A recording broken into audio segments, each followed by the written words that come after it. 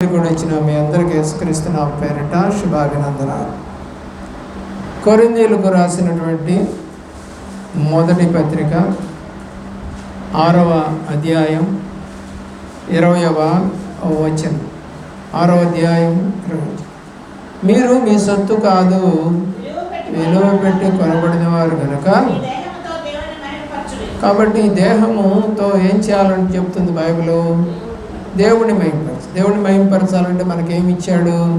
కాళ్ళు ఇచ్చాడు దేవుడి సన్నిధికి రావడానికి, మనసునిచ్చాడు దేవుడి సన్నిధిలో కూర్చోడానికి, చేతులనిచ్చాడు చప్పట్లు కొట్టడానికి, చేతులెత్తి ప్రార్థన చేయటానికి, నోరిచ్చాడు స్తుతించడానికి, కళ్ళు ఇచ్చాడు ఆ యొక్క పాటనో లేకపోతే ఆ యొక్క వాక్యాన్నో చదవటానికి.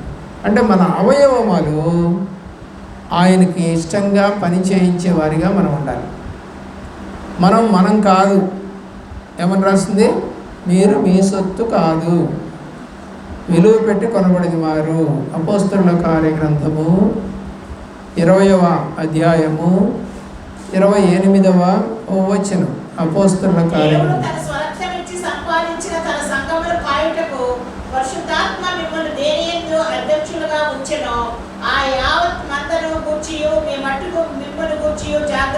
కాబట్టి దేవుడు స్వరక్తం ఇచ్చి సంపాదించుకున్న సంఘం అంటే మనమే.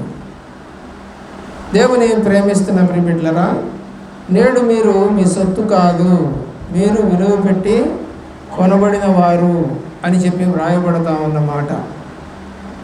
వాక్యాన్ని మనం చూసినట్లయితే ఈ లోకంలో గొప్ప వార్త ఏంటి అని అంటే, పాపులను శిక్షించకుండా విమోచించడానికి దేవుని కుమారుడు ధరను చెల్లించాడు, రక్తం వెల చెల్లించినట్టుగా కనబడుతుంది. కాబట్టి అలా గనక నువ్వు నమ్మితే, అంటే నా కొరకు యేసయ్య సిలువలో రక్తం కార్చి దెబ్బలు తిని చనిపోయాడని నమ్మితే హృదయాలు ఎంతో ఆనందంగా ఉంటాయి. క్రీస్తులో జీవించడం కేవలం నైతిక విలువలు కలిగి లేదా పారంపర్య ఆచారాలు వంటి విలువలు కాదు, కానీ దానికి బదులుగా ఆత్మను, జీవమును సజీవ యాగముగా ప్రభువారికి సమర్పించాలి. ఇది చాలామంది చేయలేరు. ఎందుకంటే మన శరీరం మనది కాదు అని అనుకోలేకపోతున్నాం. అసలు ముందు ఈ శరీరం నాది కాదు, దేవుడిది. ఆయన కొనుక్కున్నాడు దీన్ని. కొనుక్కున్న వాళ్ళు ఆ వస్తువుని ఎలా వాడుకుంటారు? వారికి ఇష్టం వచ్చినట్టుగా వాడుకుంటారు. కాబట్టి దేవుడు ఆయనకి ఇష్టం వచ్చినట్టుగా మనం వాడుకోవడానికి ఆయన మనకి రక్తము వెల చెల్లించి కొనుక్కున్నాడు. కాబట్టి మీరు మీ సొత్తు కాదు. దేవుని యొక్క ప్రేమలో అబ్రహాం లింకన్ గారు ఒక వీధిలో నడిచి వెళ్తున్నప్పుడు ఒక యవ్వనస్తురాలైన అమ్మాయి దేవుని యొక్క ప్రేమలో అమ్ముకుంటూ పోతా ఉంది. ఆ అమ్మాయి ఎంతగానో కన్నీరు కార్చడం చూశారు. అయితే లింకన్ గారి యొక్క హృదయం కదిలించి వేయబడింది. ఆ సమయంలో వెంటనే ఆయన డబ్బు చెల్లించి ఆమెను వారి యొద్ద నుండి కొనుక్కున్నాడు. బానిసలుగా ఉన్నటువంటి అమ్మాయి ఇప్పుడు అబ్రహాం లింకన్ గారి ఇంటికి వచ్చింది, విడుదల పొందింది. వెల ఇచ్చి కొనుక్కున్నాడు, తన గృహమునకు తీసుకుని వెళ్ళాడు.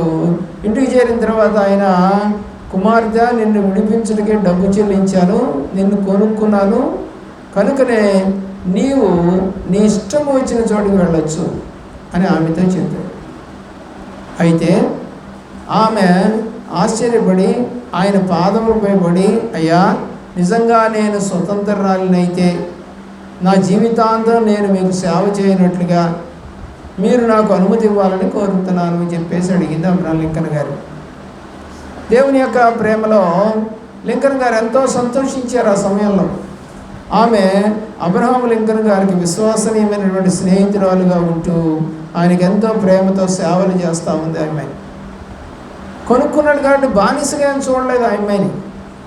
కాబట్టి దేవుడు కూడా మనల్ని కొనుక్కున్నాడు కాబట్టి బానిసగా చూడడు. పాత నిబంధనలో బానిసల్ని అమ్మారు. యోసేపుని కూడా ఇష్మాయేల్ వాళ్ళకి అమ్మేశారు అని అందరికీ మనకు తెలుసు. బానిసగా అమ్మేశారు. ఆడవాళ్ళని అమ్ముతారు, మగవాళ్ళని కూడా అమ్ముతారు. అయితే స్వేచ్ఛనివ్వటానికే దేవుడు నిన్ను కొనుక్కున్నాడు అనేది మాత్రం గుర్తుపెట్టుకోవాలి. అయితే వాళ్ళు ఏంటంటే బానిసగా వాడుకోవడానికి కొనుక్కున్నారు, కానీ దేవుడు అలా కొనుక్కోలేదు. మనల్ని రక్షించడానికి, ప్రేమించడానికి కొనుక్కున్నాడు. చూడండి, కొరింథీయులకు రాసినటువంటి ఆ యొక్క 6:20లో మీరు కొనబడిన వారు కనుక దేహంతో దేవుడిని మహిమ పరచమని దేవుడి యొక్క వాక్యం సెలవిస్తూ ఉంది. 7వ అధ్యాయం 23వ వచనం చూడండి. 7వ అధ్యాయము. కాబట్టి ఇప్పుడు మీరు దేవుడి చేత కొనబడిన వారు అని నమ్మితే మరి ఎవరికి దాసులు కాకూడదు? మనుషులు. కానీ ఎవరికి దాసులు అవుతున్నారు? ఇప్పుడు మనుషులకే దాసులు అవుతున్నారు. అంటే ఎవరో చెప్పిన మాటలే వింటారు, కానీ దేవుడు చెప్పిన మాటలు వినటం లేదు. సంఘానికి వస్తారు, కాసేపు అయ్యగారు అంటారు, వందనాలు చెబుతారు, కానీ ఎక్కువగా ఎవరికి దాసులు అవుతారు చెప్పండి? చీరలు అమ్మేవాడు వస్తే వాడికి దాసుడు, నగలు అమ్మేవాడు వస్తే వాడికి దాసుడు, గాజులు అమ్మేవాడు వస్తే వాడికి దాసుడు, పూలు అమ్మేవాడు వచ్చినా దాసులే. రోడ్డు మీద పోతే కూడా ఇక్కడ చౌకంట కూరగాయలు కొనుక్కుందామంటే ఎవరికి దాసులు అయిపోతున్నాం? మందిరానికి వెళ్తూ కూడా మనకేం కావాలి? కూరగాయలు కావాలి. ఎందుకంటే మన ఆశ అంతా ఇప్పుడు లోకం మీద ఉంటుందండి. ఎవరికో ఒకరికి దాసులు అయిపోతూ ఉంటాం, దేవుడికి దాసులు అవ్వటం. అలాగా నీ జీవితం మార్చబడాలి. ఆయన కొనుక్కున్నాడు మిమ్మల్ని కనుక మీ ఆత్మ, శరీరము, జీవము ఆయనకు సొంతమై ఉన్నాయి. మీరు స్వతంత్రంగాను మరియు సంతోషంగాను జీవించినట్లుగా చేస్తున్నాడు దేవుడు. ఎవరైతే ఆయన మాటలు వింటారో వారి భూమి మీద స్వతంత్రులు అవుతారు. ఎందుకంటే వాడి పాపమును దేవుడు ఏం చేస్తాడు? కడుగుతాడని యోహాను రాసినటువంటి మొదటి పత్రిక 1వ అధ్యాయము 7వ వచనం నుండి 10వ వచనం దాకా చదువుదాం.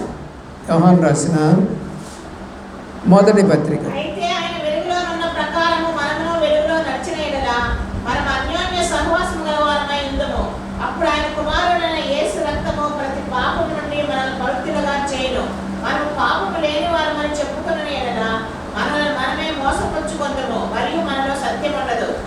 దేవుని ప్రేమిస్తున్నటువంటి ప్రేమిట్లారా, మనలో సత్యం ఎందుకు ఉండదు?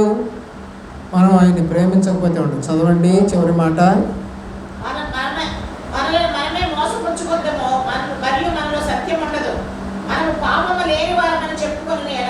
ఆయన వాక్యం కూడా ఉండదు మనలో. నేనేం తప్పు చేయలేదు, దొంగతనం లేదు, మోసం లేదు, అన్యాయం లేదు, అబద్ధాలు లేవు, వ్యభిచారం లేదు, శారీరక క్రియలు లేవు, నేను బాగానే ఉన్నానండి. మరి నీలో అసూయ, గర్వము, ఈర్ష్య, ద్వేషాలు లేవా? చూడండి, గలతీ పత్రిక 5వ అధ్యాయము 19వ వచనం చదువుదాం. గలతీ పత్రిక 5వ అధ్యాయము 19. ఇందులో ఉన్నటువంటి లక్షణాలు నాకు లేవని చెప్పండి. ఏం కార్యాలు ఇవి? శరీర సంబంధమైనవి.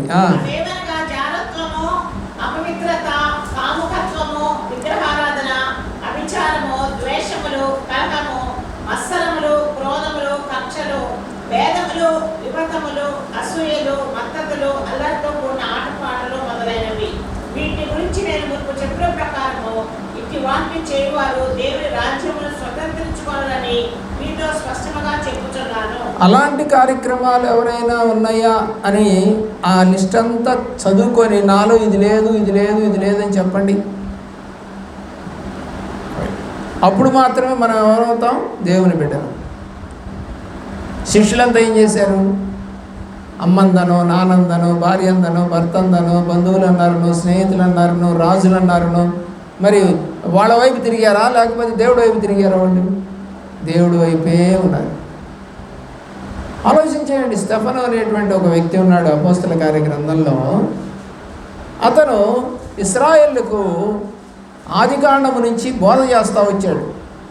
అయ్యా, ఇట్లాగా మనము పుట్టాము, ఆ తర్వాత అబ్రహాము బిడ్డలంగా మారాము, ఆ తర్వాత మోషే మనలను ఆ అరణ్యంలో నుండి తీసుకెళ్ళాడు అని మొత్తం హిస్టరీ అంతా చెప్పుకుంటూ వచ్చాడు. వచ్చి ఏమంటాడు? దైవ కుమారుని నేను ఆకాశంలో తెరవబడ్డయు తండ్రి కుడి పార్శ్వమున కూర్చున్నట్టు నేను చూచి తిని అన్నాడు. ఇక అంతే వాళ్ళ కోపం వచ్చింది. ఆకాశము తెరవబడ్డయు అప్పుడు వారు పెద్ద కేకలు వేసి చెవులు పూసుకొని ఏకముగా అతని మీద పడి పట్టణపు వెలుపలికి అతన్ని వెళ్ళగొట్టి చూడండి, చివరికి అతని రాళ్ళు తీసుకొని కొట్టి చంపేస్తే కూడా అతను అంటున్నాడు ఆ చివరి మాట, వీరేమి చేయించినారో వీరు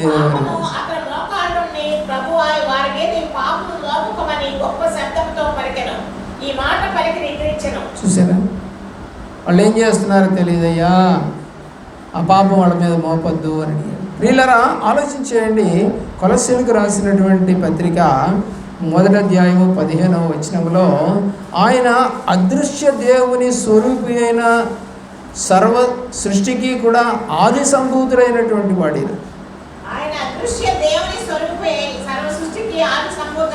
కాబట్టి ఆయన ఆది సంభూతుడు అని చెప్పేసి తెలుసుకున్నవాడు స్టెఫను.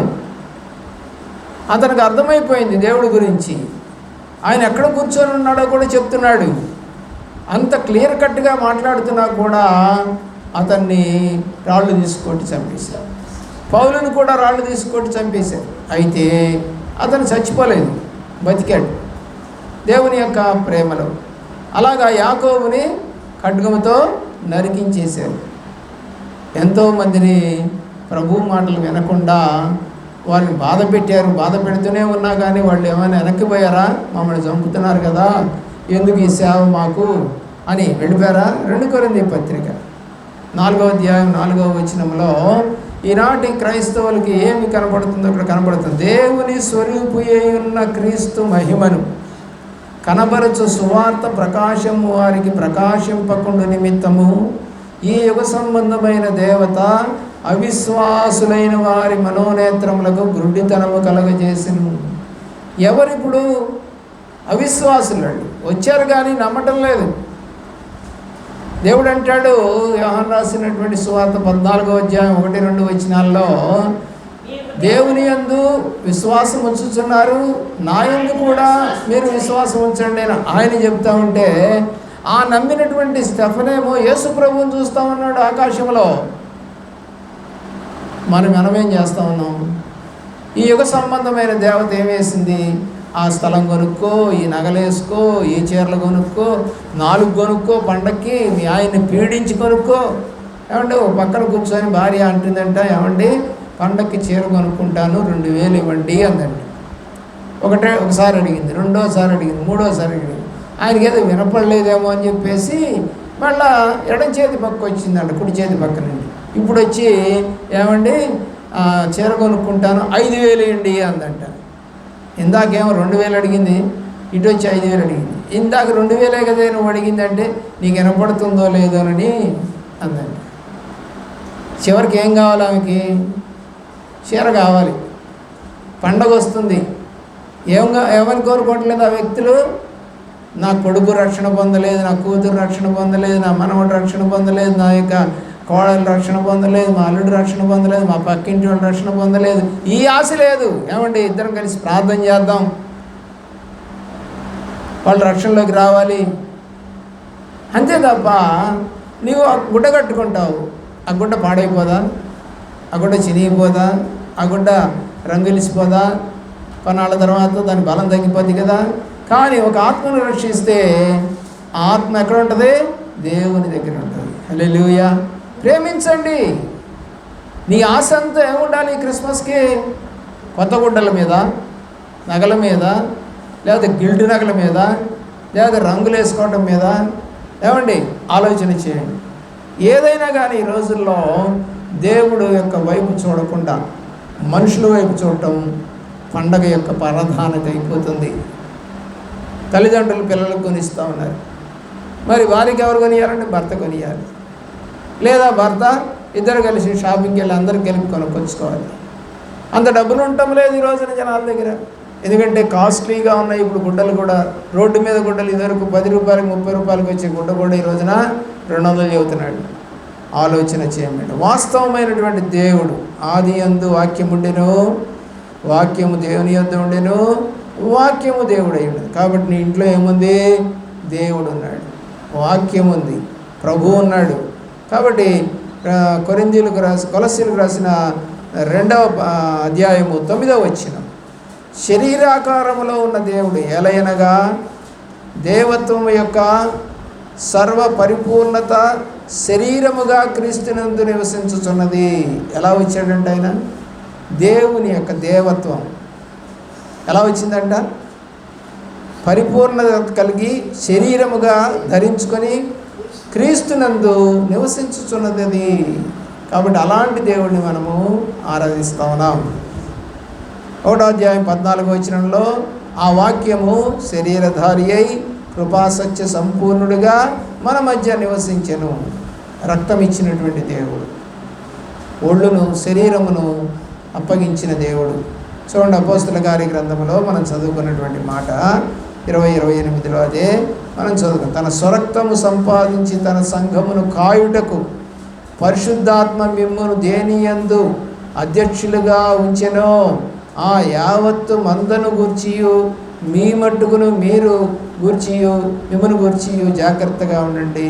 మన శరీరం మంది కాదు కాబట్టి ఈ శరీరం గురించి భయపడొద్దండి. ఆత్మ పాడైపోకుండా చూసుకోండి, ఆత్మ అటు ఇటు తిరగకుండా చూసుకోండి. అర్థమవుతుందండి? బైబిల్ ఒక మాట చెప్తుంది, 125వ కీర్తన 125వ కీర్తన 1వ చరణం నుండి చదువుదాం. ఏమనుందంటే, అది అలాగుంటారు ఎవరుండి దేవుని యందు నమ్మిక ఉంచేవారు. రెండోది చూడండి,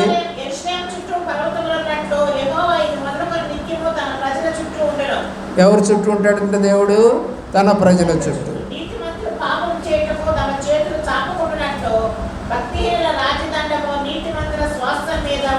దేవుని ప్రేమించిన ప్రేమిట దేవుని యొక్క మాటలు వింటూ కూడా మనం కూర్చుండుట, లేచుట, నడుచుట, మాట్లాడుట అన్నీ ఆయనకి తెలుసు. అర్థమవుతుందండి? అన్నీ ఆయనకి తెలుసు.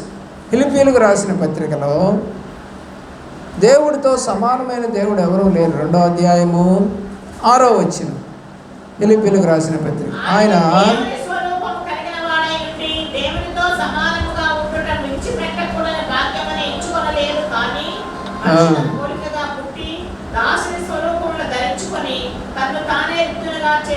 కాబట్టి ఇక్కడ మనం చూసినట్లయితే తన్ను తాను రిక్తునిగా అంటే చేతగానివాడు. రిక్తుడు అంటే చేతగానివాడిగా. ఎవరైనా మహాదేవుడు, మహాదేవుడు, గొప్ప దేవుడు. తీతుకు రాసిన పత్రిక 2వ అధ్యాయం 13వ వచనం, అనగా మహాదేవుడును మహారక్షకుడునైనా. కాబట్టి ఆయన ఎవరంటే మహాదేవుడు, కానీ ఎలాగైపోయాడు? రిక్తునిగా. మనకేం లేకపోయినా ఎంత గర్వమో. మమ్మల్ని అన్నారు, తప్పు చేస్తే అనరా, సరిగా నడవకపోతే అనరా, చదవకపోతే యాజ్ ఎ టీచర్గా మేము పిల్లల్ని గద్దిస్తాం. ఎందుకు చదవలేదు, ఎందుకు నేర్చుకోలేదు, ఎందుకు హోంవర్క్ రాయలేదు, ఎందుకు అప్పచెప్పవు అడుగుతాం. ఎందుకంటే పాఠం చెప్పిన తర్వాత మరుసటి రోజు బడికి వచ్చినప్పుడు వాడు ఆ పాఠానికి సంబంధించి చదువుకొని రావాలి. కానీ ఈ రోజున బైబిల్ ఆదివారం తెరిస్తే మళ్ళా తెరవట్లా. కాసేపు చూసినట్టుగా నటిస్తూ ఉన్నారు, ఇంటికి వెళితే దాని సంగతే పట్టించుకోరు. ఏం వాక్యం చెప్పారా అంటే గుర్తుండదు. ఇప్పుడే కదమ్మా చెప్పారు వాక్యం అంటే, చెప్పారయ్య గారు అని ఏదో ఒక చిన్న ముక్క చెప్తా ఉన్నారు. నీకు అన్నం పెట్టాము, అంత అన్నం తినబాకు, ఒక ముద్ద తినంటే ఊరుకుంటా ఏమండి? మరి అలాగే వాక్యం అంత చెప్తే ఒక ముక్క చెబితే సరిపోద్దా? ఆలోచన చేయండి. రోమీయులకు రాసినటువంటి పత్రిక 9వ అధ్యాయము 5వ వచనం, ఆయన సర్వాధికారి అయిన దేవుడు.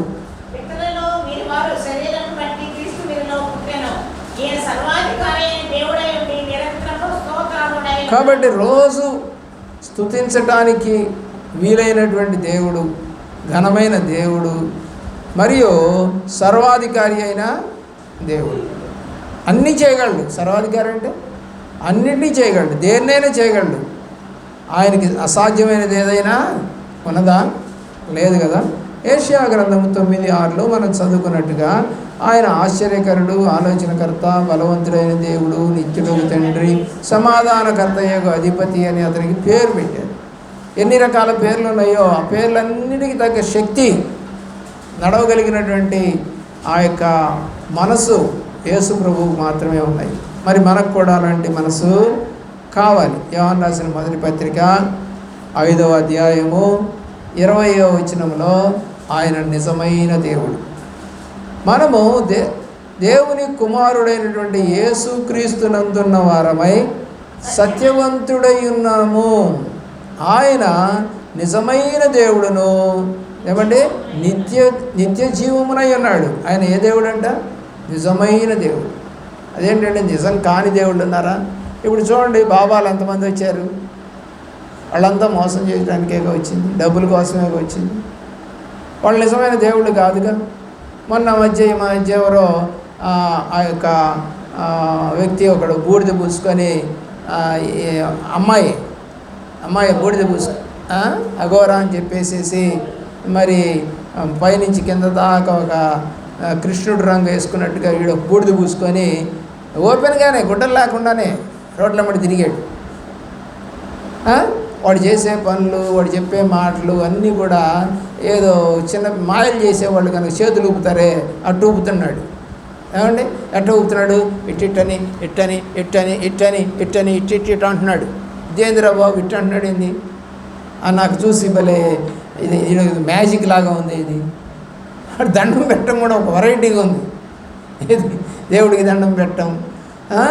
చూడండి, యెషయా గ్రంథము 7:14లో ఆలకించడి, కన్యక గర్భవతి కుమారుడు కని అతనికి ఇమ్మానుయేలు పేరు పెడతారు. ఎవరైనా ఇమ్మానుయేలు మనకు తోడుగా ఉండే దేవుడు, మనల్ని రక్షించే దేవుడు, మహాదేవుడు, ఘనమైన దేవుడు, నిజమైన దేవుడు.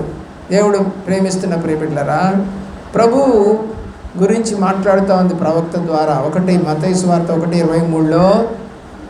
1:23 ప్రభువు తన ప్రవక్త ద్వారా పలికిన మాట నెరవేరునట్లు ఇదంతయు జరిగెను. ఇమ్మానుయేలును పేరునకు భాషాంతరమున దేవుడు మనకు తోడని అర్థము. ఎవరు తోడుగా ఉండటానికి లోకానికి వచ్చాడు? దేవుడే మనకు తోడుగా ఉండటానికి లోకానికి వచ్చాడు. మరి మన నమ్మకంగా ఉంటే ఈ తోడుగా ఉన్నటువంటి దేవుడు దగ్గరికి మళ్ళా మనం వెళ్ళగలుగుతాం. అది మాత్రం గుర్తుపెట్టుకోవాలి. ఈ లోకంలో ఉన్నటువంటి స్నేహితుడి దగ్గరికి వెళ్ళలేవు, కానీ నీ భర్త దగ్గరకో నీ కూతురు దగ్గరకో కొడుకు దగ్గరికి వెళ్ళలేవు, కానీ ప్రభు దగ్గరికి మాత్రం వెళ్ళగలుగుతాం. ఎందుకని? ఆయన మరలా వచ్చి తీసుకుపోతానని చెప్పి యోహాను రాసిన సువార్త 14వ అధ్యాయంలో మాట్లాడుతూ ఉన్నాడు. నేనే సత్యము, మార్గము, జీవము, నా ద్వారా తప్ప ఎవరు తండ్రి వద్దకు రాడు అని చెప్పాడు. దేవుని యొక్క ప్రేమ ఆలోచన చేయండి.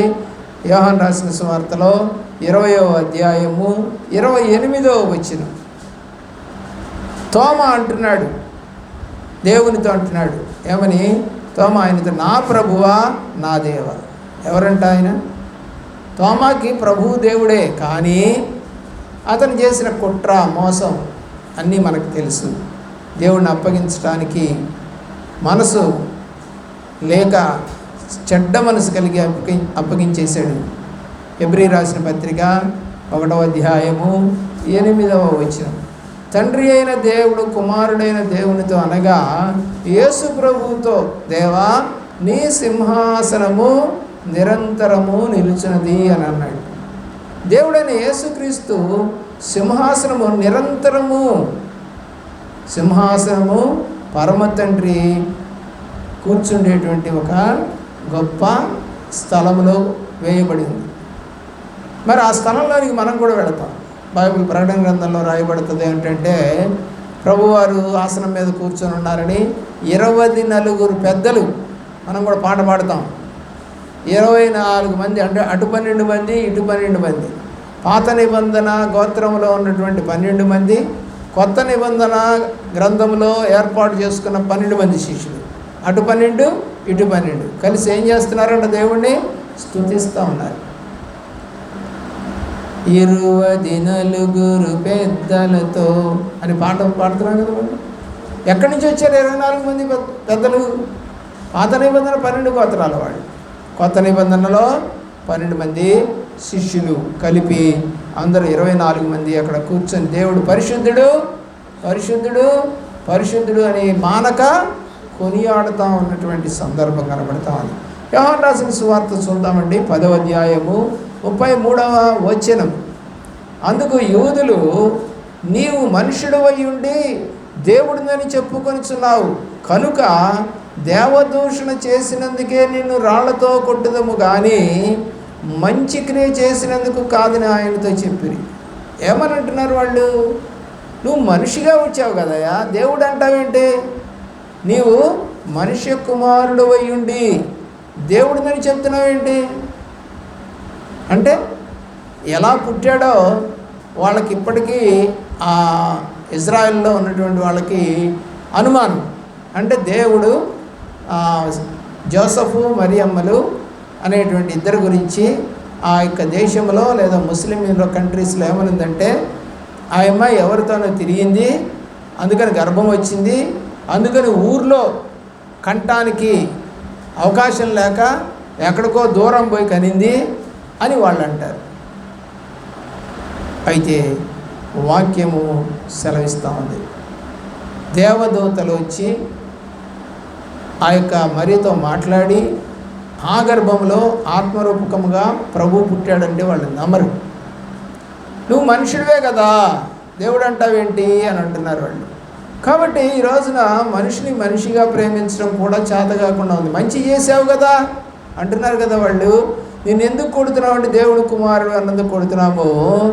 యూదులు ఆయన చంపవాలని మరి ఎక్కువగా ప్రయత్నం చేశారట.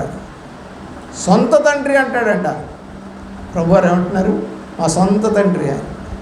దేవుని యొక్క ప్రేమలో 10వ అధ్యాయము 33వ వచనముల రాళ్లతో కొడటానికి వాళ్ళు సిద్ధపడ్డారు. మత్తయి సువార్త చూడండి, 4వ అధ్యాయం 10వ వచనం. మత్తయి సువార్త 4వ అధ్యాయం 10వ వచనం. యేసు వారితో, సాతానా పొమ్ము. సాతానుతో మాట్లాడుతూ ఉన్నాడు, శోధిస్తూ ఉన్నాడు వాడు. అప్పుడు దేవుడు చెప్పినటువంటి వాక్యం లూకా సువార్త 7వ అధ్యాయము 16వ వచనం కూడా చూడండి. 7వ అధ్యాయం 16. అందరూ భయభ్రాంతులై